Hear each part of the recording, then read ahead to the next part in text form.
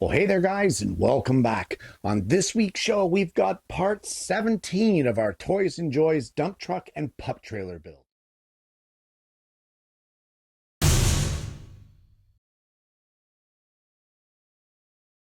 Well, this has been over 1/3 of my 2024 season for woodworking shows here on the channel.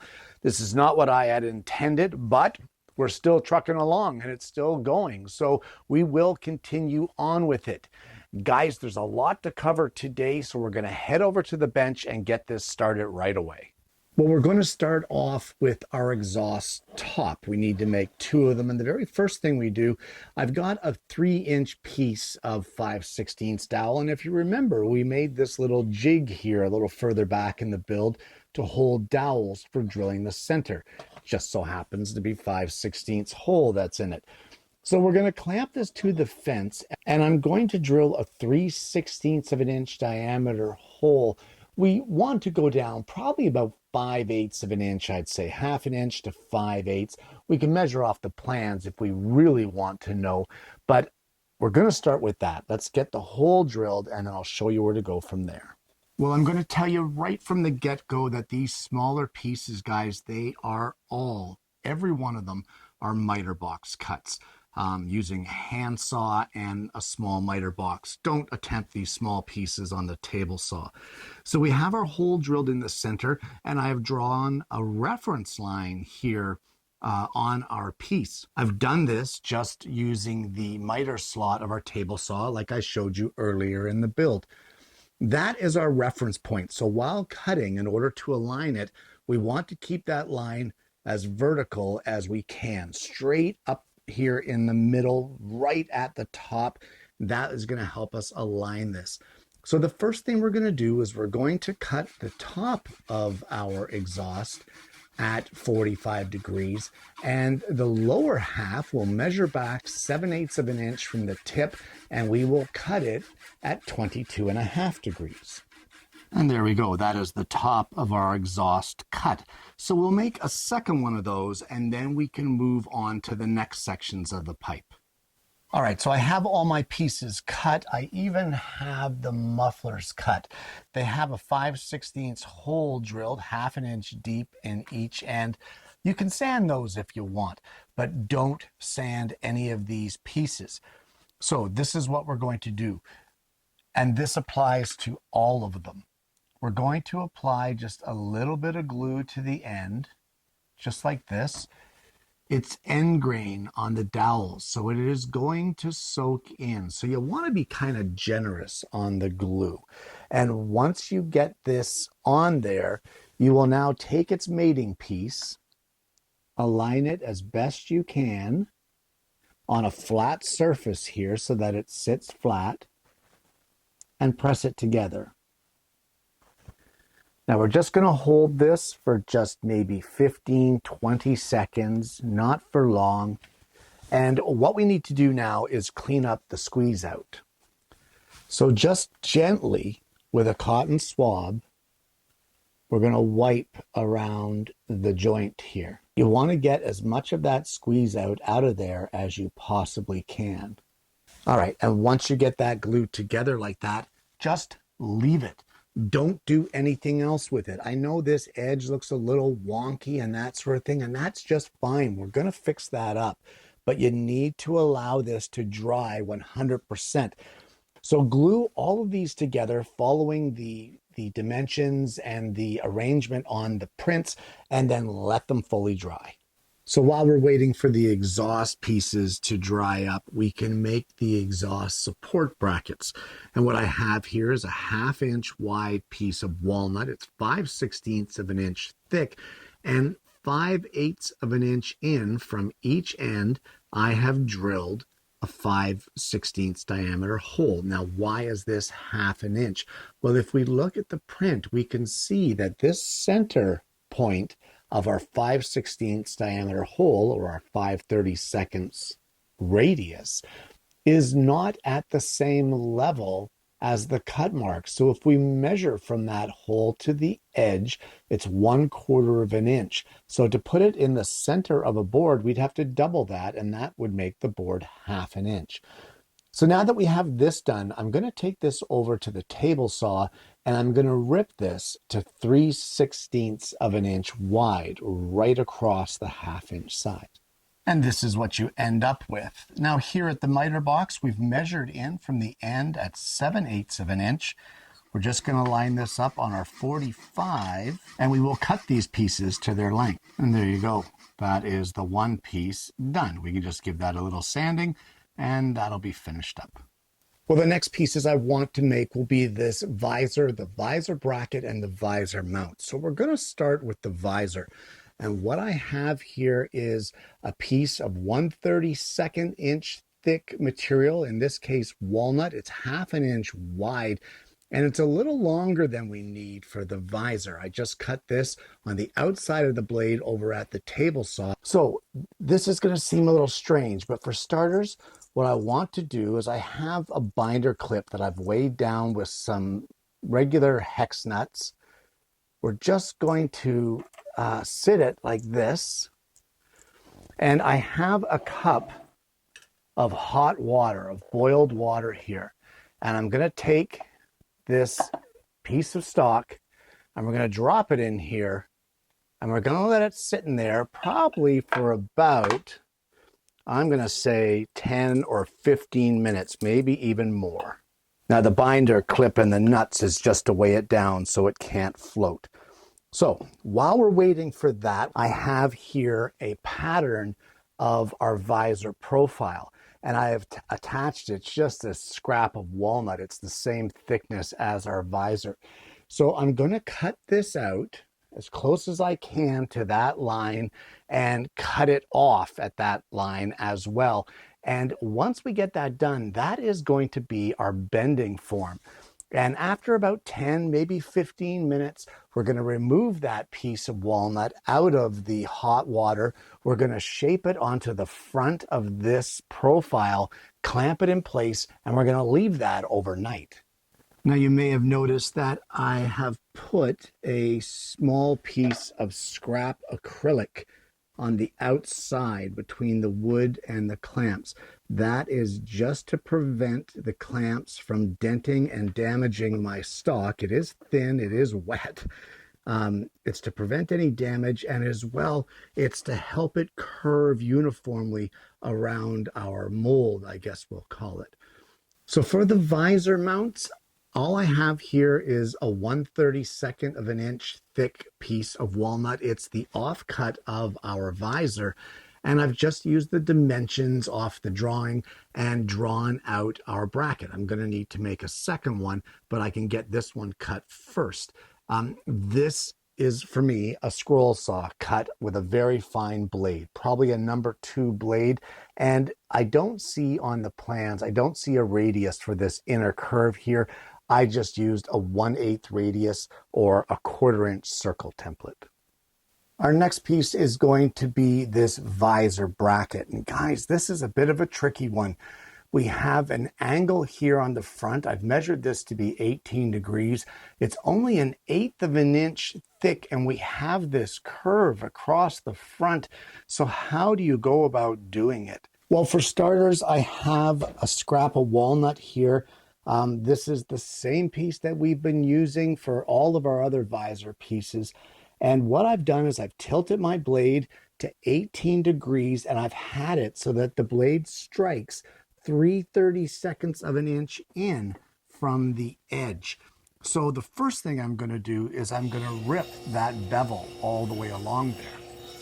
And now with our blade reset to 90 degrees from the table, I'm going to use my gripper to hold this in place. We have our bevel down here in the bottom section, and we're going to run this through to cut it at 1/8 of an inch thick. And then lastly, I'm going to set the fence for 7/16 of an inch, and we're going to rip it to 7/16 of an inch wide. And that is the base stock for our bracket. We're going to take a photocopy of the pattern. Guys, I'm going to cut this out and make another marking template. That's really the best way to go about it here. And we're just going to use the belt sander to sand up to those lines. You can, if you want, cut it at the scroll saw first and then sand up to the lines, but it's up to you. But that's all I'm going to do. Guys, I want to caution you, if you don't have a gripper to run these thin strips, or you don't have a zero clearance throat insert, do not do it the way I just did it. The only reason I cut it like this was because of those two safety items in place. If you are unable to do that, my suggestion would be to start off with 1/8 of an inch thick stock, and you can sand this profile with a sanding block. It is not a huge profile to sand. It really doesn't take long. And if you're not positive or comfortable with the methods that I just showed you, by all means, do not use them. So let's get this template made, get this marked out, and we're going to get it sanded to fit. And there we go. That is our visor bracket. And guys, a very finicky, very fragile little piece. We're not going to glue this in just yet. First, we're going to get our brackets glued in, or our visor mounts. Okay, so I've glued in my two visor mounts right here, one on the passenger side, one on the driver's side. I'm using setup blocks to make it so it's flush with the roof, and I have another setup block back here and a piece of UHMW plastic cut to 1 7/8, and that will give me the proper spacing to put my piece right here in this corner to get it perfectly aligned. Guys, make sure you check for squeeze out, clean it up before it dries, and don't do anything else until those pieces are completely dry. They're very fragile, and it doesn't take much to break them at this point. Well, seeing that we're playing a game of let's wait on everything to dry, we might as well put in the windshield trim and give it something else to dry, something else for us to wait on. So for this, guys, it's a very small piece of 1/8 by 1/16 material. I've cut it at 26 degrees on each end, and that will just get placed right here in the center of the windshield and glued in. And again, we'll just let that dry. Guys, you'll want to make sure this is square and it's centered. It will stick out like a sore thumb if you do not make it right on the money for centered and square, straight up and down. So let's get this glued in, and we'll wait for that to dry too. Okay, so with our muffler sections dry, it's actually been a week since I've touched this. You want to sand it on the joint sections. But the object here is not to round it. The object is just to take off that sharp corner and to even out the glue joint. We don't want a rounded pipe. That is not the effect we're going for here. So get all your pipes sanded so that the joints are nice and smooth, and then we can assemble the whole muffler assembly. Well, in order to complete gluing this together, we need to make these exhaust supports. Guys, it is just a 1/8 by 1/8 inch strip. The top is cut to a 45 and the bottom says sand to fit. I am not a fan of the sand to fit theory. We have tools to measure these things. So I've actually measured this angle, and I've measured it to be 15 degrees. So that is what I have cut here, and we'll just glue this in place. And once we get it glued in place and the whole muffler assembly is dry, then we can glue it in place in our model. One thing I want to point out is to make sure that you're angling your top pipe here to be away from the sides. Have it come back on about a 45-degree angle. That's what I've glued it at here, because if you go at 90 degrees to the truck, you're going to interfere with your dump bucket opening. So just make sure that you have that off on an angle like that. So let's get these muffler assemblies done, and then we can glue them onto the model. Well, for our visor, this was an experiment right from the get-go. So this has been sitting in these clamps for a week. Just the way it worked out. Overnight should be fine, but we're just going to pull this out here and see how we made out. Wow, that looks great. Look at that curve. That looks really nice. We're going to glue it in place with our main bracket. And once we get this all glued in and ready to go, we are going to sit it there and don't touch it. let it completely set up. Well, in order to glue these mufflers in, or the straight pipes, what I've done is I have taken my bevel and I have set it to be parallel with the door. That way I can use it and be able to set my mufflers or my straight pipes so that they are going to be parallel to the body of the truck. That way, even if something is a little off, it will still look right. So again, using squares and being able to make surfaces parallel or square is a great way to improve your model quality. So let's get these glued in place.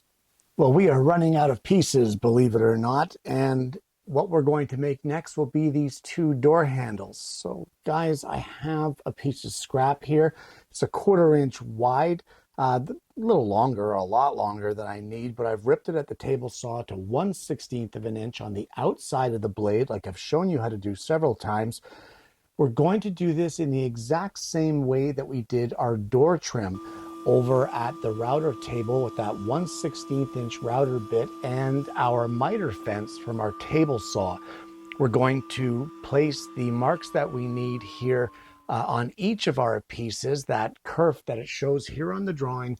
We're going to place that there. We're going to cut these to length at the miter box, and then scaling off of our main drawing, we're going to install them on the passenger and driver side of our doors.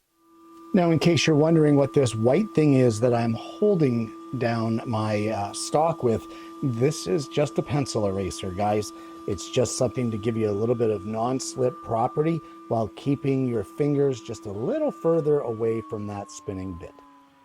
Well, in order to make the handrail mounts, I've just chucked up a piece of 3/16 diameter dowel in my cordless drill.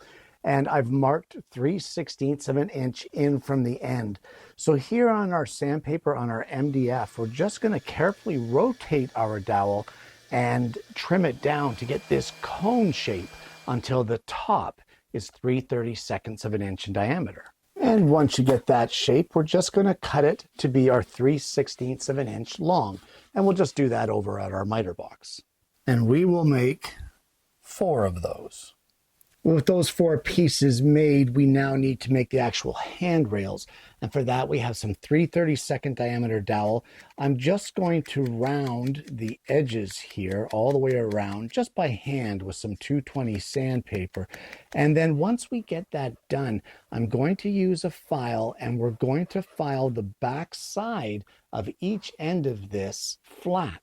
All right, and once you get those filed flat, then we can just glue them to the tops of our cones. Well, these mirrors are quite possibly the strangest configuration of mirrors I've ever seen on a set of prints like this. I have some pieces of walnut here. They're 1/8 of an inch thick. I've cut them to their final width of 5/16, but they're a little longer than what we need. The plan calls for 1 1/16. These are about 1 1/4 inches. So the very first thing I've done is right in the end here, I have very carefully marked out the center. And we are going to drill a 3/32 diameter hole right down through this whole piece. Guys, it's this end grain drilling that I've been warning you about right from the beginning of this build. And with a bit as small as 3/32 of an inch, you really want to take this slow. So I'm going to get these drilled, see if these survive, and then I'll show you what to do next. And there we go. Once those are drilled, I just use the miter box and cut the ends to 45 degrees at the dimensions of 1 1/16.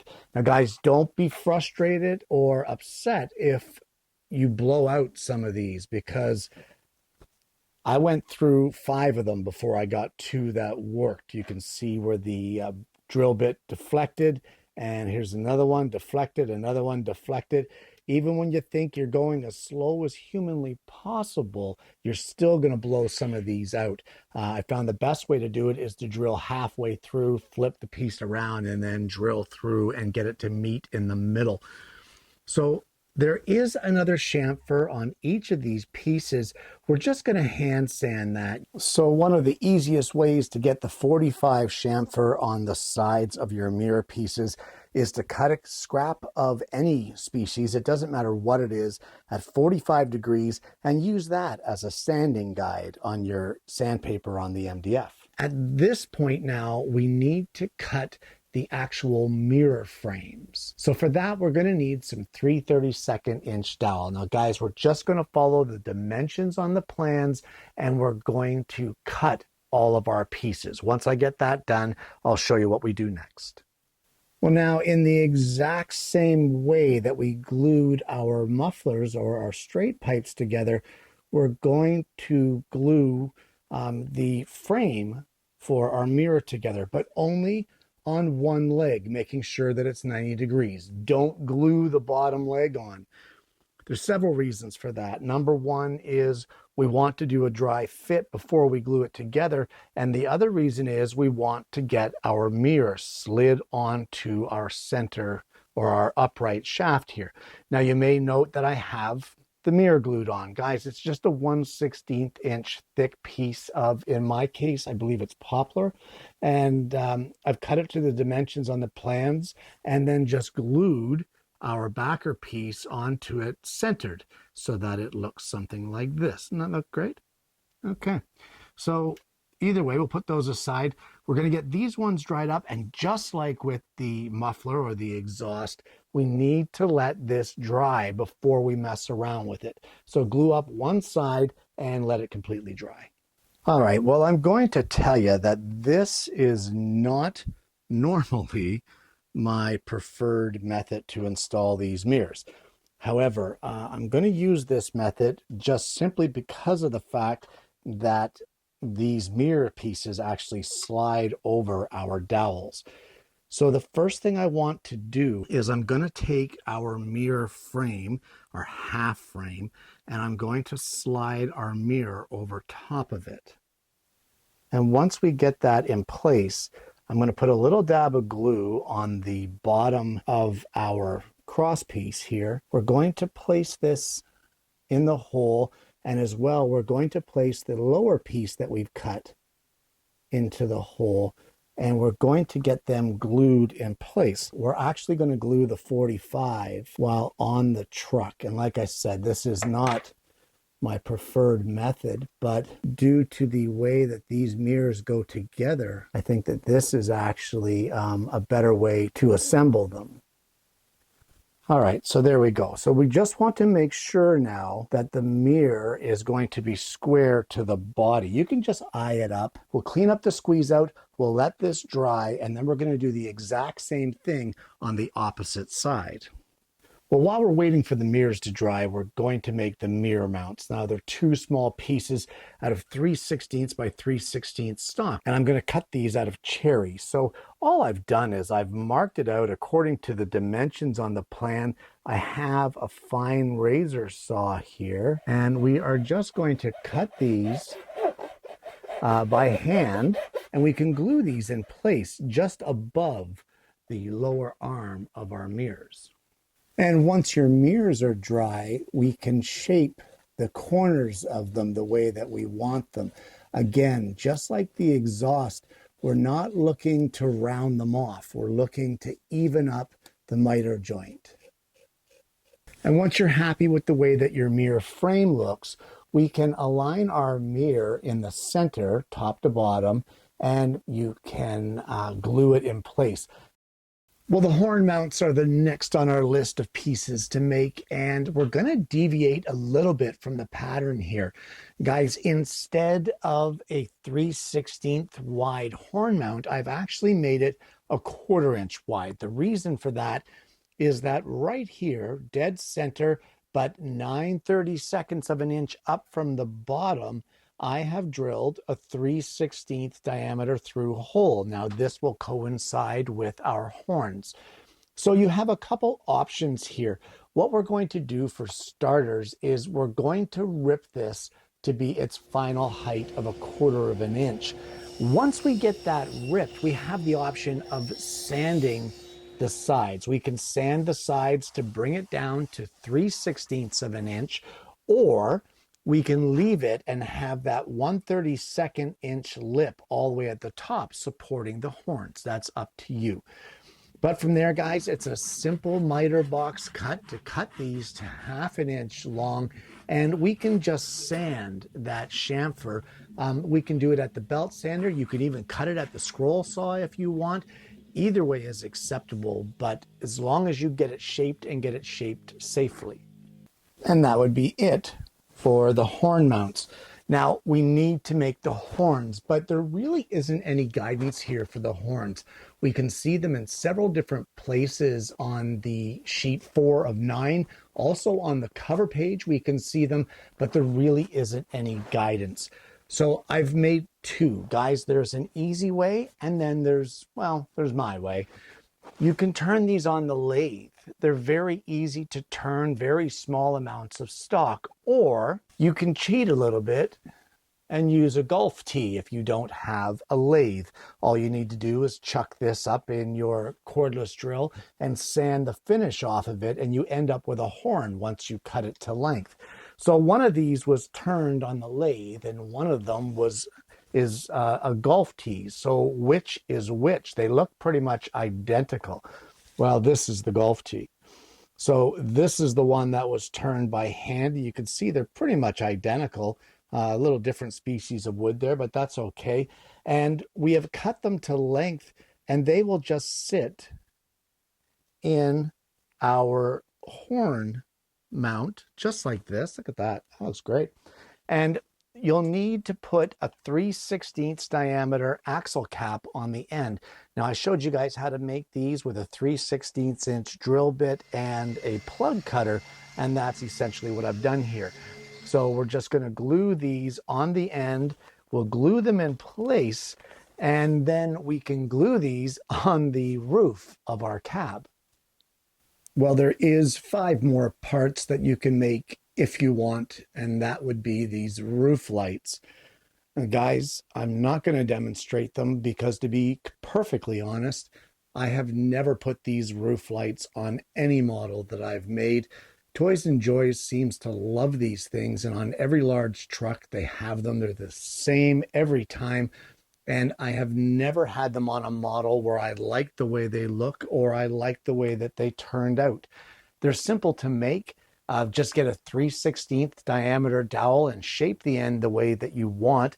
Cut them to length and then sand the angle on your MDF and your sandpaper. It's not a difficult piece. I just don't like them. And for that reason, I don't put them on my models. So with that being said, this truck, I guess, is complete. And there you have it. Toys and Joys dump truck without the pup trailer. We haven't got to that part yet. Guys, 17 episodes, 182 hours I'm in on this one so far. Even though it's 17 hours at 25 minutes an episode, there are a lot more hours that are banked on this model than what you see here on the show. Of course, it's 182 hours, you do the math. How many shows have we had? 17. So what's that? About 8.5 hours of actual footage on the show. And I have 182 hours invested. Guys, it doesn't matter how much time you invest. What matters is that you give it a try, that you take your time. Now, there were some pieces that were eliminated, like the cab lights. I just don't like them, guys. It's nothing against Toys and Joys. It's nothing against their design or their designers. They're just not for me.